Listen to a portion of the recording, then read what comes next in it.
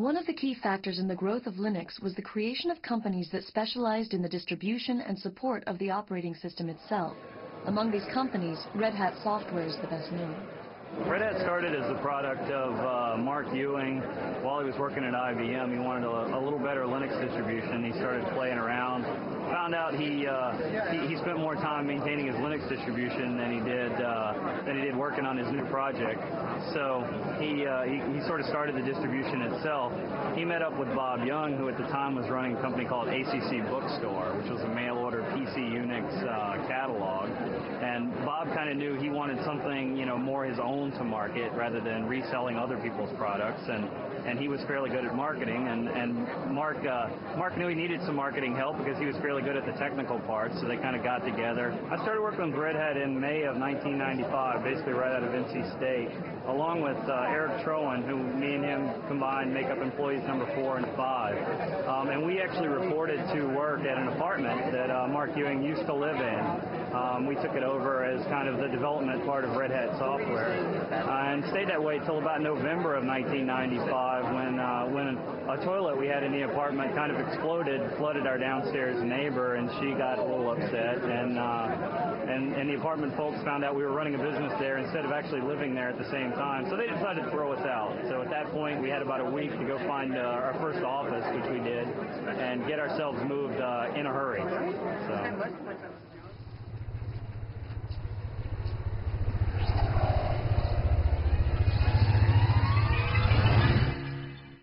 We started going in, again, 95 or so to the venture capital firms, saying, there's something happening here. There's a great business opportunity to build the next Sun for open source.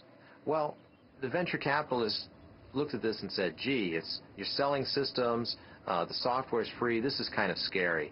We're not sure that we want to put money in. And by the way, we funded other systems companies, and it hasn't really panned out. We're scared. I came to the U.S. about 3 years ago, and the reason really was that I'd been spending like 6 or 7 years at Helsinki University and decided that it was time to see the real world and not just university life. Especially this area had a lot of the most interesting work being done. So I just decided that let's try to move halfway across the world and give this a try, and it's turned out pretty well. You see this as temporary or long-term? Well, we saw it as temporary at first, and I think it's certainly looking like it's turning long-term. Our youngest daughter is both a U.S. and a Finnish citizen because she was born here, and the older one is speaking both Swedish and English, so.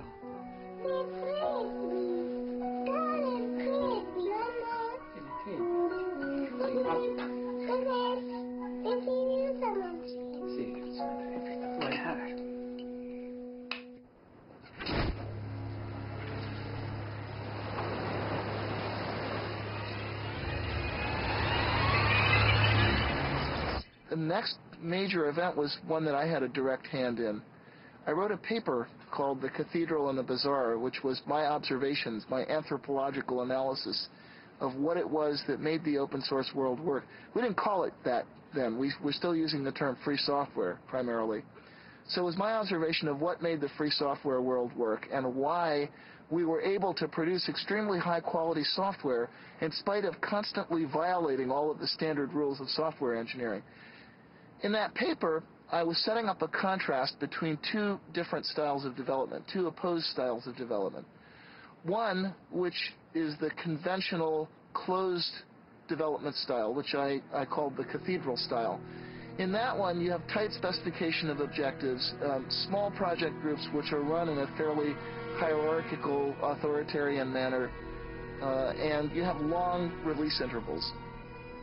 On the other hand, what I identified as happening in the Linux world was a much more peer-to-peer, decentralized market or bazaar-like style in which you have very short release intervals and constant solicitation of feedback from people who are formally outside the project, a very intense peer review process. And the startling thing was that the more I looked at this, the more it seemed that trading away all the supposed advantages of conventional closed development for that one single advantage of massive independent peer review actually seemed to win, actually seemed to get you good results. The reason Netscape is important is that they were the first large company to participate in open source. We had Cygnus providing support, but we didn't really have much business. And Netscape went open source essentially as a way to fight Microsoft, which was giving away Internet Explorer, but not letting anyone else have the source code, not letting companies collaborate. Working as part of the sales force, I got a good idea of why people bought our software and what it took to make our software successful in the marketplace against competitive products. However, the problem we were seeing is that as time went on, our software was being competed against by other people's software, particularly Microsoft's. And as time went on, the price of our software had to drop because other people were giving their software away at no charge or at little charge. No, the real problem was that they feared that Microsoft would achieve a monopoly lock on the browser market, and they would then use that monopoly lock to pervert, actually, the HTTP and HTML standards that the web depends on. And once they had turned those standards into lock-in devices, they could then use that control to drive Netscape out of the server market, which is where it was making its real money.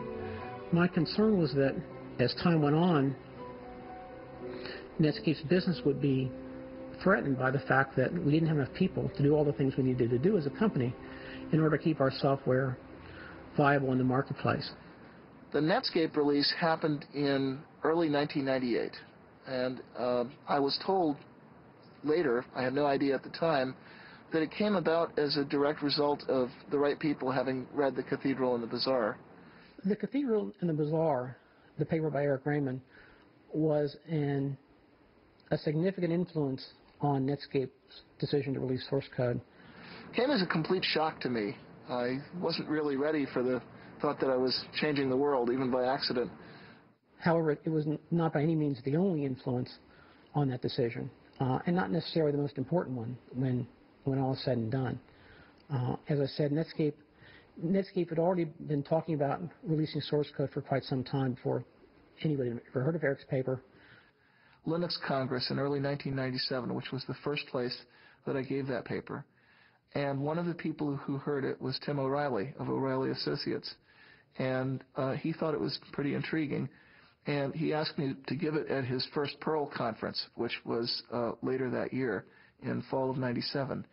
And apparently what happened, I was told later, although I had no idea this was happening at the time, is that some people from Netscape actually heard the paper at the Perl conference and took those ideas back to Netscape, and they kind of lit a fire there. The role of my paper was essentially to make the internal case at Netscape, to make the business case for why Netscape should release its source code. The paper was called Netscape Source Code as Netscape Product. A strange title. Essentially, what the title meant was that, in my opinion, we needed to think of source code not just as something that was used in creating our products, but as something that was a product in its own right.